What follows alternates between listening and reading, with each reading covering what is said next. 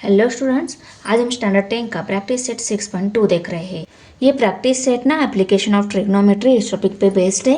Means हमने जो trigonometry सीखी ना, हमें उस ट्रिग्नोमेट्री का यूज़ हमें कहाँ पे करना है, ये यहाँ पे इस प्रैक्टिस सेट में हमें देखना है। ओके, अगर आपको बोला है कि लाइट हाउस से ये शिप का ये एंगल कितना बन रहा है ये मुझे बताओ, अगर आपको ये हाइट पता है, ये बेस पता है, तो इसकी हेल्प से आप ये एंगल इजीली निकाल सकते हो। तो ये एंगल कौन सा रहेगा, ये एंगल की 2 टाइप्स रहती है, तो वो 2 टाइप्स के एंगल हम देख लेंगे। ट्रिग्नोमेट्री की हेल्प से हम कैसे बताएंगे, तो देखो, हमें एंगल निकालना हो या आपको डिस्टेंस निकालना हो किसी प्लेस का, आप जहाँ पे खड़े हो वहाँ से ये कोई भी वैल्यू अगर निकालनी है, वहाँ पे अगर राइट एंगल ट्रायंगल फॉर्म होता है, उसको आप ट्रिग्नोमेट्री की हेल्प से इजीली कोई भी वैल्यू फाइंड आउट कर सकते हो। अब देखो, सिर्फ आपको क्या ध्यान में रखना है कि वहाँ पे एंगल कौन सा बनता है। कभी कभी एंगल ऑफ इलिवेशन भी बनेगा, कभी कभी एंगल ऑफ डिप्रेशन भी बनेगा। अभी angle of elevation and angle of depression क्या रहता है, हॉरिजॉन्टल लाइन। देखो ये क्या है, हॉरिजॉन्टल लाइन। हॉरिजॉन्टल लाइन से अगर नीचे की डायरेक्शन में एंगल बन रहा है तो वो एंगल कौन सा रहता है, एंगल ऑफ डिप्रेशन। और हॉरिजॉन्टल लाइन से अगर ऊपर की डायरेक्शन में एंगल बन रहा है तो एंगल कौन सा रहता है, एंगल ऑफ इलिवेशन। तो देखो, ये एंगल्स के नाम आपको याद रखने की जरूरत नहीं है।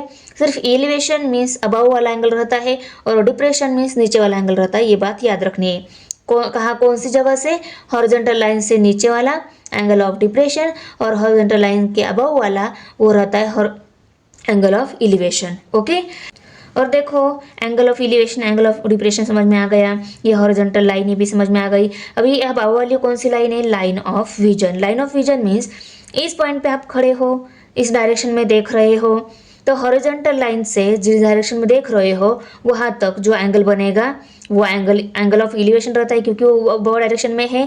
और ये जो लाइन रहती है ये क्या है, हमें दिखती है आगे वाली, इसलिए उसको विजन बोला जाता है। तो ये क्या हो गई, लाइन ऑफ विजन हो गई। हॉरिजॉन्टल लाइन और लाइन ऑफ विजन का जो एंगल रहता है वो कौन सा रहता है, एंगल ऑफ इलिवेशन। ये एंगल हमें दिया रहेगा, सिर्फ आपको याद रखना है इलिवेशन मीन्स हॉरिजॉन्टल लाइंस के लाइन का अबव वाला एंगल और angle of depression means horizontal line के बिलो वाला एंगल। ये बात आपको याद रखनी है। यहाँ पे भी सेम है, ये हॉरिजॉन्टल लाइन हो गई, आप यहाँ पे खड़े हो नीचे के डायरेक्शन में देख रहे हो तो ये क्या हो गई, लाइन ऑफ विजन हो गई। और हॉरिजॉन्टल लाइन का और लाइन ऑफ विजन इनके बिटवीन का जो एंगल रहता है वो हॉरिजॉन्टल लाइन से बिलो वाला है ना, हॉरिजॉन्टल लाइन से ही हमारा एंगल बनता है। अबव बनेगा नहीं तो बिलो बनेगा, बिलो बनेगा तो एंगल ऑफ डिप्रेशन, अबव बने तो एंगल ऑफ इलिवेशन बनेगा। ओके, और देखो, आपको ये टेबल भी चाहिए होगा, सिर्फ साइन कॉस टेन इन तीनों रेशो की वैल्यूज सभी डिग्री की हमें चाहिए होगी। इनको भी एक पेज पे आपको लिखकर साथ में ले लेना है प्रॉब्लम सॉल्व करते टाइम। इसकी हेल्प से कैसे सॉल्व करना है आपको वहाँ पे ही समझाऊंगी, आपको वहाँ पे ही अच्छे से समझ में आ जाएगा। ओके, तो चलो शुरू करते हैं। तो देखो, पहला प्रॉब्लम है, a person is standing at a distance of 80 metre from a church. Person कहाँ पे खड़ा है, चर्च से 80 मीटर डिस्टेंस पे खड़ा है। Okay, looking at is top, कौन सी टॉप देख रहा है, चर्च की टॉप देख रहा है। तो एंगल ऑफ इलिवेशन, देखो एंगल ऑफ इलिवेशन बोला है is of 45 degree, find the height of the church. तो देखो, इस दी गई एग्जाम्पल में जो भी इंफॉर्मेशन दी गई है उसको हम फिगर के फॉर्म में पहले ड्रॉ करेंगे।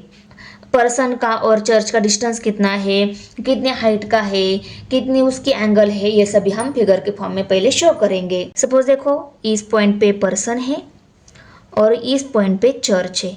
ए पॉइंट पे पर्सन एंड बी पॉइंट पे चर्च है, ऐसा हम मान लेते हैं। Okay, distance standing at distance of 80 metre, इन दोनों का डिस्टेंस कितना दिया है, 80 मीटर डिस्टेंस। यहाँ पे ये पर्सन है, यहाँ पे चर्च है, उनका डिस्टेंस 80 मीटर है।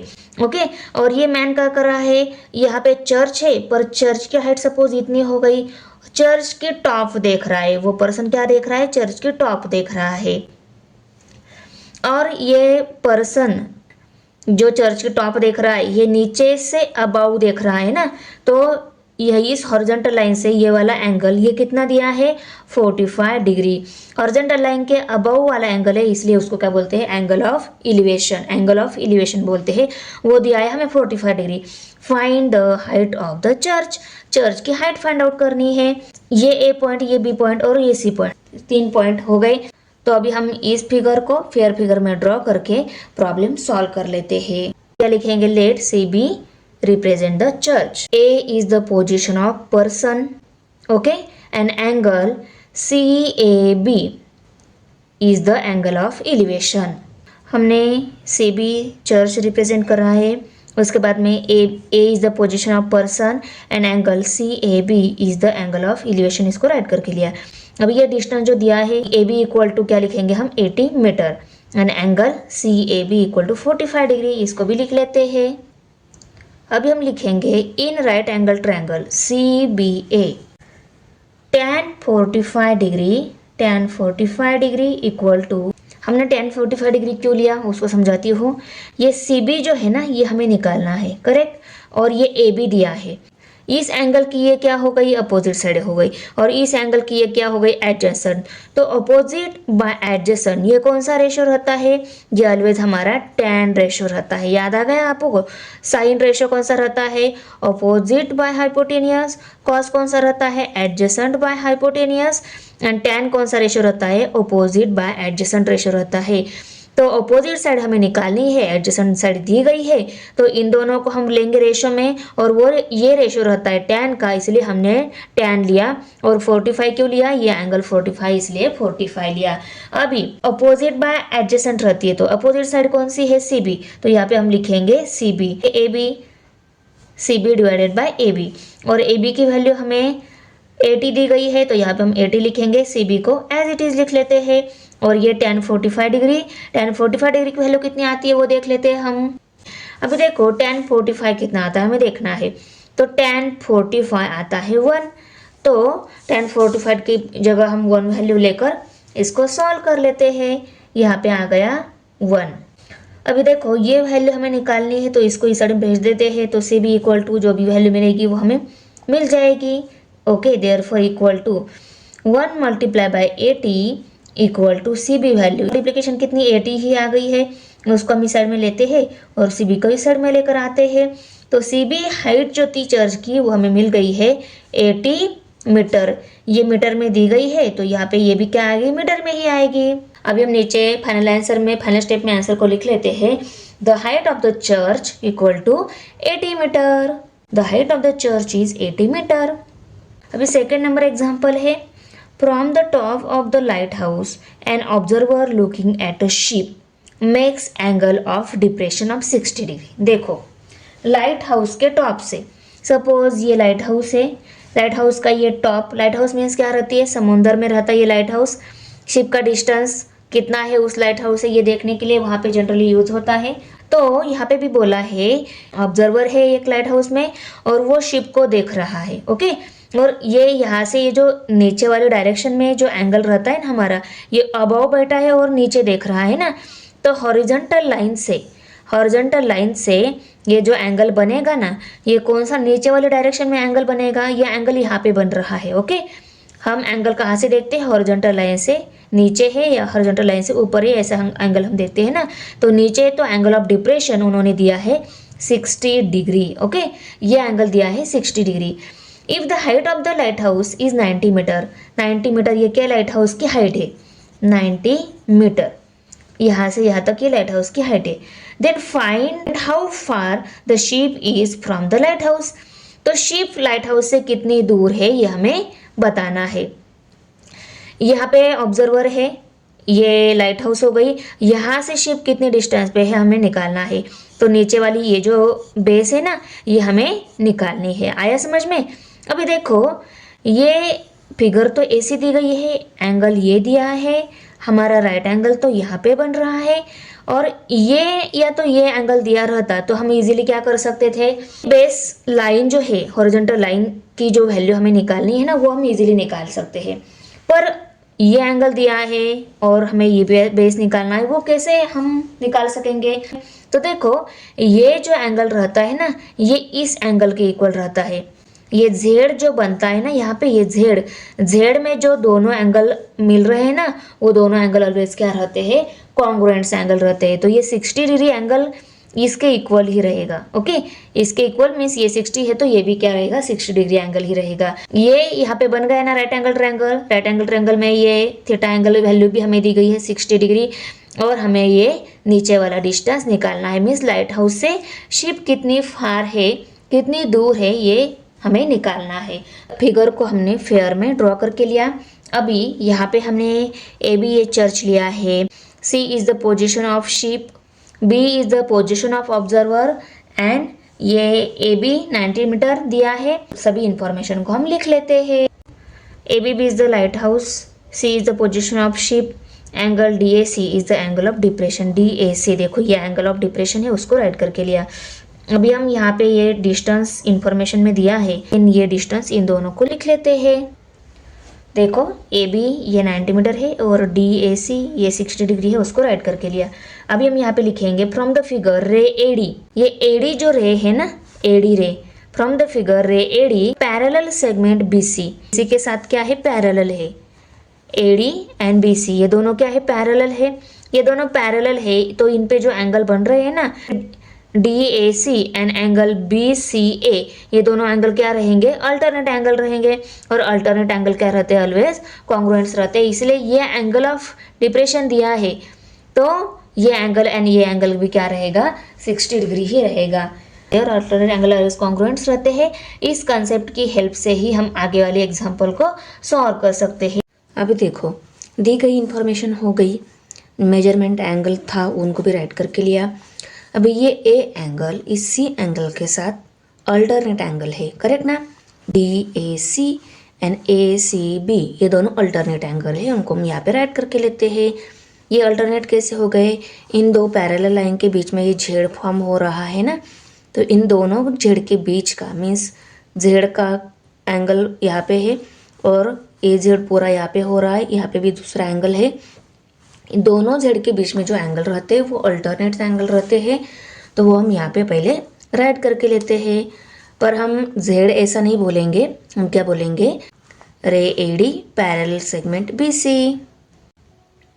देखो राइट करके लिया, ray A D parallel segment B C देंगे। Therefore angle A D C equal angle A C B, और यहाँ पे रीजन लिखेंगे अल्टरनेट एंगल्स। तो एंगल ADC अगर 60 डिग्री है तो ACB भी क्या रहेगा, 60 डिग्री ही रहेगा। ACB equal to 60 degree.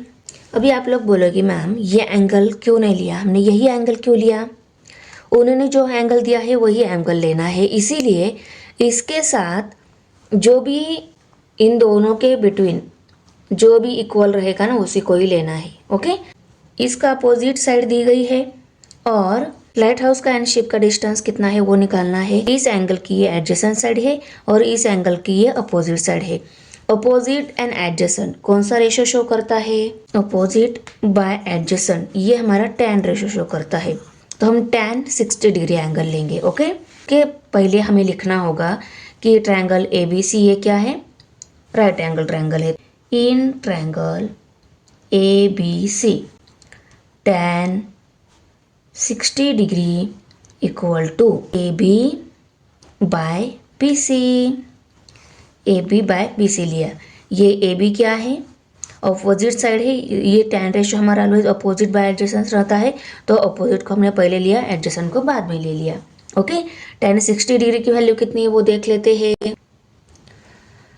तो tan 60 डिग्री √3 है, ये वैल्यू पुट करके लेते हैं। √3 इक्वल टू AB वैल्यू कितनी है 90 और BC वैल्यू हमें निकालनी है। BC को एज इट इज लिख लेते हैं। अभी ये वैल्यू निकालनी है वो न्यूमरेटर में चाहिए, तो इसको इस साइड में शिफ्ट कर देते हैं, इसको इस साइड में लेकर आते हैं। Therefore BC equal to 90 by √3। अभी नेक्स्ट स्टेप में हम इसको क्या करेंगे, न्यूमरेटर डिनोमिनेटर में दोनों जगह √3 से मल्टीप्लाई कर लेते हैं। √3 divided by √3 multiply by √3। √3 multiply by √3, इसका आंसर क्या मिलेगा, 3 ही मिलेगा नेक्स्ट स्टेप में, correct. Therefore BC equal to 90 multiply by √3 divided by 3। 3 1 जा 3, 3 3 जा 9 और ये 0। Okay, BC equal to 30 √3 value मिल गई। ओके, √3 की भी वैल्यू हमें दी गई है, ओके 1.73। तो वह वैल्यू हम यहाँ पे पुट करके इसका मल्टीप्लिकेशन कर लेते हैं। 30 मल्टीप्लाई बाय 1.73, यहाँ पे हम लिखेंगे √3 इक्वल टू 1.73। अभी देखो, जीरो से पहले मल्टीप्लाई किया तो आंसर जीरो आने वाला है, उस तो राइट साइड में हम जीरो देते थे और डायरेक्ट 3 से सबको मल्टीप्लाई कर लेंगे। 3 3 जार 9, 3 7 जार 21, 21 का 1 यहाँ पे कैरी 2, 3 1 जार 3, 3 + 2 5 हो गए। और दोनों में डेसिमल पॉइंट के राइट साइड में 2 डिजिट है, तो आंसर में भी 2 डिजिट आना चाहिए, तो यहाँ पे डेसिमल पॉइंट आएगा। और 51.90 ये किसके इक्वल है? 51.9 के इक्वल है, ओके। आप 51.90 लिखो या 51.9 लिखो, बोथ आर दी इक्वल रहेगा। Clear? The ship is 51.90 metre away from the lighthouse. अभी क्वेश्चन 3 दिया है यहाँ पे, 2 buildings are facing each other on a road of width 12 metre. 2 buildings है, ओके। ये पहली बिल्डिंग हो गई, ये सेकंड बिल्डिंग हो गई, ऐसा हम ले लेते हैं। उनकी हाइट सेम भी हो सकती है, कम ज़्यादा भी हो सकती है। विड्थ दी है रोड की, वो है 12 metre, 12 metre. From the top of first building which is 10 metre height, पहले बिल्डिंग के टॉप से वो 10 मीटर हाइट पे है, ओके। सपोज इसको हमने पहले बिल्डिंग लेबल कर लिया, उसकी हाइट कितनी है? 10 मीटर। उसके टॉप से angle of elevation of the top of the second is found to be 60 degree. इसके टॉप से सेकेंड एंगल का जो टॉप है वहाँ तक एंगल ऑफ एलिवेशन बन रहा है, मीन्स हॉरिजॉन्टल से अबव एंगल बन रहा है। तो इस यहाँ पे अगर हमने परपेंडिकुलर ड्रॉ करके लिया, यहाँ पे एंगल ऑफ एलिवेशन बन रहा है, ओके, हॉरिजॉन्टल से अबव, ओके। वो कितना दिया है? 60 डिग्री दिया है, 60 degree, okay. What is the height of the second building? Second building की हाइट हमें निकालनी है। तो देखो हम क्या करेंगे, अभी पहले ये इन्फॉर्मेशन तो हमें लिखनी होगी। ये पहली बिल्डिंग है, दूसरी बिल्डिंग है, उसको सपोज हम ABCD लेबल कर लेते हैं, ABCDNE लेबल कर लेते हैं, ओके। ABNEC represent 2 buildings. उसके बाद में 12 मीटर ये क्या है? इन दोनों के बिटवीन का डिस्टेंस है, वो भी हम लिख लेंगे। BC is the width of road, okay, ये हम लिखेंगे। EAD angle equal to 60 degree, okay. इस इंफॉर्मेशन के लिखेंगे, उसके बाद में लिखेंगे कि ये क्या है, इस पे परपेंडिकुलर है, तभी ये परपेंडिकुलर लेने के बाद ही यहाँ पे राइट एंगल बन रहा है। और ये साइड है तो ये साइड मिल जाएगी, ये साइड है तो ये साइड मिल जाएगी, ये मिल गई तो ये भी हमें निकालनी होगी। तो इन दोनों की हेल्प से हम ये एंगल मेजरमेंट निकाल लेते हैं। तो देखो ये साइड है तो ये साइड मिल जाएगी, ये है तो ये भी मिल जाएगी। ये 12 मीटर है तो ये भी 12 मीटर रहेगी, ये 10 मीटर है तो ये भी 10 मीटर रहेगी। हमें ये साइड निकालनी है, ये साइड निकाली तो इस सेकंड बिल्डिंग की पूरी हाइट हमें मिल जाएगी। तो ये निकालने के लिए हम क्या करेंगे, ये रेशो दिया है, ये निकालना है। और थीटा एंगल का कौन सा रेशो हम ऐसा लेते हैं, उसमें इस एंगल की एडजेसेंट और अपोजिट साइड हमें लेनी है। एडजेसेंट एंड अपोजिट, देखो अपोजिट एंड एडजेसेंट हम लेते हैं tan रेशो का।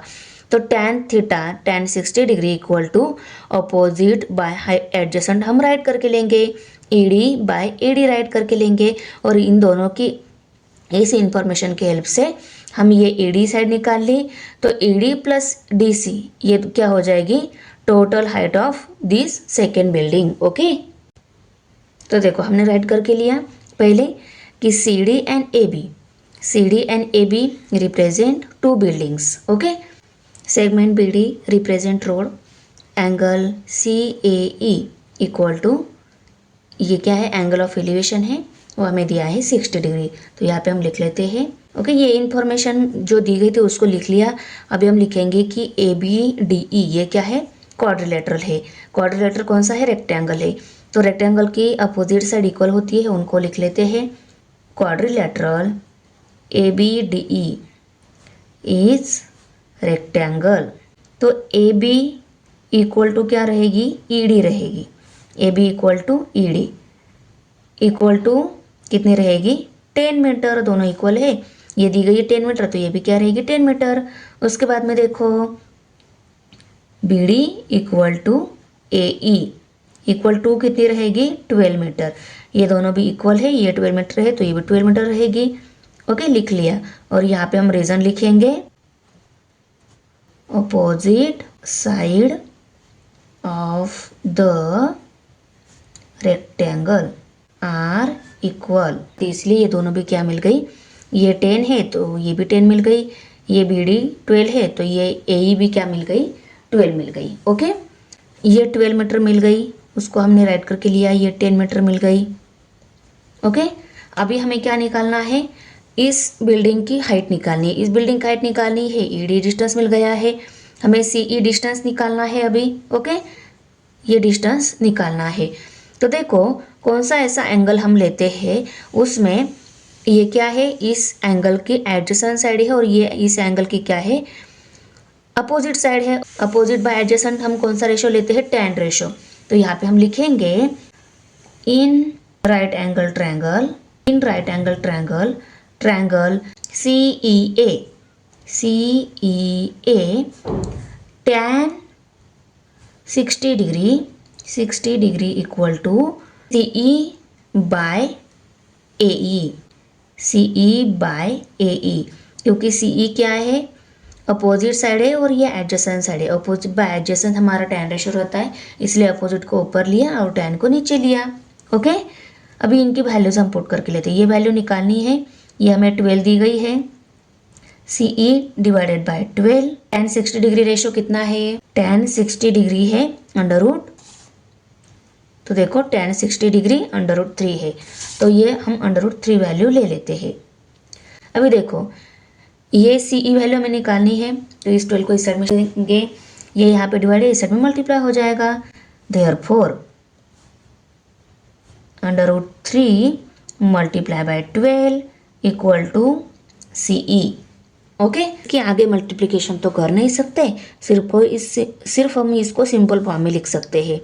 तो 12 अंडर रूट 3 ये हो जाएगा इसका सिंपल फॉर्म। तो देखो ये सिर्फ CE की वैल्यू मिल गई है, हमें CD की वैल्यू निकालनी है। तो CE की वैल्यू मिल गई है, पूरी CD की वैल्यू हमें निकालनी है। ये दोनों भी वैल्यू है हमारे पास, इन दोनों की हम एडिशन करके लेते हैं।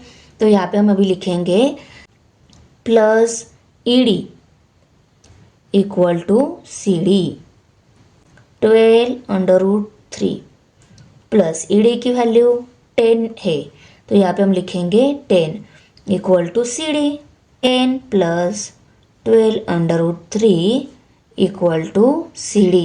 CD वैल्यू कितनी मिल गई, 10 plus 12 under root 3। Height of the second building is 10 plus 12 under root 3 metre. ये फिगर हमने ड्रॉ की, दी गई इन्फॉर्मेशन के अकॉर्डिंग उसको लेबल भी कर लिया। तो ये CD एंड AB ये दोनों क्या है, ये दो सेगमेंट क्या रिप्रेजेंट करिए, 2 पोल्स रिप्रेजेंट करिए। तो इसको हम पहले लिखेंगे, उसके बाद में ये वायर है 22 मीटर की, ये भी लिख लेंगे। ये जो AE है ना, इस सेगमेंट पर परपेंडिकुलर है, तभी यहाँ पे क्या बन रहा है, राइट एंगल बन रहा है। यह इन्फॉर्मेशन हमें लिखनी होगी। तो 1 बाय 1 हम सभी इन्फॉर्मेशन को यहाँ पे राइट करके लेते हैं। तो देखो सभी इन्फॉर्मेशन को हमने राइट करके लिया। Segment CD and segment AB, CD and AB represent क्या कर रही है, 2 पोल्स रिप्रेजेंट कर रही है। AC represent wires and segment AE perpendicular, ये सेगमेंट AE इस CD पर क्या है, परपेंडिकुलर है। उसके बाद में ये थीटा एंगल हमें निकालना है, ये एंगल ऑफ इलिवेशन है, हॉरिजॉन्टल से अबव में एंगल है। ओके, तो देखो ये रेक्टेंगल है हमने, तो ये 7 मीटर है, तो उसकी आगे वाली साइड, उसकी अपोजिट साइड रेक्टेंगल की वो क्या रहती है, उसकी लेंथ के इक्वल ही रहती है। तो यहाँ पे अब हम लिखेंगे कि quadrilateral ABDE, ABDE is rectangle, therefore AB equal to ED। ये दोनों इक्वल क्यों है, क्योंकि ये क्या है, अपोजिट साइड है रेक्टेंगल की। यहाँ पे हम रीजन लिखेंगे side of the rectangle, opposite side of the rectangle. ये अगर अपोजिट साइड हो गई AB एंड ED, ये अपोजिट साइड हो गई, तो उन दोनों की लेंथ क्या रहेगी, इक्वल रहेगी, इसलिए हमने 7 मीटर राइट करके लिया। अभी ये CE प्लस ED ये कितनी है, टोटल 18 दी गई है, और उसमें से हमें ED भी पता है, तो टोटल में से हमने ED सब्सट्रैक्ट की तो हमें CE साइड मिल जाएगी, तो उसको हम निकाल लेते हैं। CE plus ED equal to 18 sorry, value हम बाद में पुट करेंगे, equal to C E C D, C E plus E D, C E plus E D equal to C D. Okay, देखो अभी सी वैल्यू हमें निकालनी है, उसको एज इट इज लिख लेते हैं, प्लस ई डी वैल्यू कितनी दी गई है 7 metre, equal to total C D कितनी है 18 मीटर। ओके, अभी ये वैल्यू निकालनी है तो इसको इस साइड में शिफ्ट करना होगा, ये यहाँ पे प्लस इस साइड में माइनस हो जाएगा। Therefore C E equal to 18 minus 7, तो 18 में से 7 सब्सट्रैक्ट किए, रह गए 11 मीटर। सी कितनी मिल गई 11। ओके, अभी सी 11 है, तो अभी इस इंफॉर्मेशन की हेल्प से हम ये थीटा एंगल निकाल लेते हैं। यहाँ पे हम लिखेंगे in right angle triangle C E A, ये राइट एंगल ट्रायंगल है, हाइपोटेन्यूज साइड दी गई है क्योंकि ये राइट एंगल यहाँ पे है ना, राइट एंगल, उसकी अपोजिट साइड है तो ये हाइपोटेन्यूज साइड हो गई, हाइपोटेन्यूज साइड, एंड ये क्या हो गई अपोजिट साइड हो गई एंगल की। तो हाइपोटेन्यूज एंड अपोजिट हम कौन से रेशो में लेते हैं, हाइपोटेन्यूज एंड अपोजिट हम लेते हैं साइन रेशो में। Sine theta equal to opposite by hypotenuse रहता है हमारा, तो यहाँ पे हम क्या लिखेंगे, sine theta equal to opposite by hypotenuse, और अपोजिट साइड कौन सी है, अपोजिट साइड सी ई है, C E divided by A C. Okay, इनकी वैल्यूज पुट करके लेते हैं, इक्वल टू सी की वैल्यू हमें मिली है 11 और ए सी की वैल्यू हमें मिली है 22, हमें दी गई है ये साइड। ओके, 11 1 ज़ा 11, 11 2 ज़ा 22, तो यहाँ पे 1/2 मिल गई साइन थीटा, तो यहाँ पे हम लिख लेते therefore sine theta equal to 1/2। अभी साइन थीटा की 1/2 कौन से एंगल की वैल्यू मिल रही है, 30 डिग्री एंगल की वैल्यू मिल रही है, तो यहाँ पे हम लिखेंगे sine 30 equal to 1/2, therefore theta equal to 30 degree, therefore sine 30 degree equal to 1/2, therefore theta equal to 30 degree. Theta कितना आ गया 30 डिग्री आ गया, हमें यही निकालना था, वो आंसर हमें मिल गया है। तो फाइनल स्टेप में हम आंसर लिख लेते हैं यहाँ पे, तो देखो फाइनल स्टेप में हमने आंसर को राइट करके लिया। क्वेश्चन नंबर 5 अभी, अ storm broke tree and a tree top rested 20 meter from the base of the tree, making an angle of 60 degree with the horizontal. Find the height of the tree. तो देखो storm की वजह से tree break हो गई। Okay, tree break होने के बाद वो कहाँ गिरी, बेस के आगे, जहाँ पे बेस पर 20 मीटर डिस्टेंस पर वो क्या है रेस्टेड है, मीन्स वहाँ पे गिरी। Okay, making an angle of 60 degree, वो ग्राउंड से हॉरिजॉन्टल ग्राउंड से कितना डिग्री एंगल बना रही है 60 degree. Find the height of the tree. तो देखो मैं फिगर के फॉर्म में आपको समझाती हूँ क्या प्रॉब्लम है। ये ट्री था, इस ए बी हाइट का ट्री है, ये ट्री स्टॉर्म की वजह से ब्रेक हो गया। ब्रेक मीन्स पे सी पॉइंट पे वो ब्रेक हो गया और ये ऐसे गिरा नीचे, सी पॉइंट पे ब्रेक होकर ऐसे गिरा और वो यहाँ पे इस ट्री का जो बेस है वहाँ से 20 मीटर डिस्टेंस पर रेस्टेड है, मीन्स यहाँ पे ऐसे यहाँ पे टूटा और यहाँ पे गिरा, और ये बेस पे कितना एंगल बना रहा है 60 डिग्री एंगल बना रहा है। ओके, तो इस बेस पे अगर 60 डिग्री एंगल बना रहा है तो ये राइट एंगल ट्रायंगल है। ओके, ट्री यहाँ पे ब्रेक हो गया, इस पॉइंट को हम सी लेबल कर लेते हैं और ये हमारा डी पॉइंट हो गया। Okay, A B C and D, ऐसे 4 पॉइंट हमने ले लिए। ओके, और यहाँ पे राइट एंगल ट्रायंगल बन रहा है, एंगल 60 डिग्री है, ये लेंथ ये 20 मीटर है ना, ये ट्री जो जहाँ पे ट्री है वहाँ से जहाँ पे रेस्ट हो गया है वहाँ तक ये डिस्टेंस कितना है 20 मीटर है। ओके, और हमें क्या निकालनी है, ट्री की हाइट निकालनी है। तो देखो ये ऐसी डिस्टेंस ये सीडी डिस्टेंस के इक्वली रहेगा, क्योंकि जितना खड़ा था उतना ही नीचे गिर गया है, तो ये डिस्टेंस क्या रहेगा इक्वल रहेगा। और देखो पहले हम ना ये डिस्टेंस निकालेंगे, सीडी डिस्टेंस निकालेंगे, डी बी डिस्टेंस दिया है, सीडी डिस्टेंस निकालेंगे। ये क्या है, इस एंगल की ये हाइपोटेनस साइड हो गई और इस एंगल की ये एडजेसेंट साइड। तो एडजेसेंट बाय हाइपोटेनस हमारा कौन सा रेशो रहता है, कॉस रेशो रहता है। कॉस रेशो लेते हैं हम एडजेसेंट बाय हाइपोटेनस, तो कॉस रेशो की हेल्प से पहले हम ये सीडी साइड निकाल लेंगे। इन्फॉर्मेशन को हमने फिगर फॉर्म में राइट करके लिया। Segment A B represent the tree before the storm. C इस पॉइंट पे ट्री कट हो गया एंड कौन सी पोजीशन ले गया, सी डी इस पोजीशन ले गया। तो इस इंफॉर्मेशन को हम लिख लेते हैं और यहाँ पे A C equal to C D ये भी लिखेंगे। Segment A B represent the tree, A B segment tree represent कर रही है स्ट्रोम से पहले वाली, ओके। और उसके बाद में क्या हो गया, ट्री ब्रोकन एट सी, सी पॉइंट पर ट्री ब्रोकन हो गया एंड कौन सी पोजीशन ले लिए उसने, सी डी ये पोजीशन ले ली। और ये यहाँ से ये इतनी हाइट कहाँ पे आ गई, नीचे गिर के यहाँ पे आ गई। तो ये A C and C D ये डिस्टेंस क्या हो गया, इक्वल हो गया। B D equal to 20 metre and angle C D B equal to 60 degree, okay. ये डिस्टेंस लिखा, ये एंगल को भी राइट करके लिया। अभी हम लिखेंगे in right angle triangle C B D and तो ये इस एंगल की ये एडजेसेंट साइड है। अगर हमें ये साइड निकालनी है, आप ये भी साइड निकाल सकते हो, ये भी साइड निकाल सकते हो, ये मिल जाएगी तो ये मिल जाएगी। तो अगर हमें हाइट निकालनी है ना, इस ट्री की हाइट निकालनी है तो ये साइड एंड ये साइड दोनों साइड आपको निकालनी है। पहले आप इन दोनों को कंपेयर करके ये वैल्यू निकालो, बाद में इन दोनों को कंपेयर करके ये वैल्यू निकाली तो भी चलेगा, ओके। पहले हम क्या कर लेते हैं, इस डी सी एंड इस C D and B D इस रेशो को कंपेयर करके ये साइड पहले निकाल लेते हैं।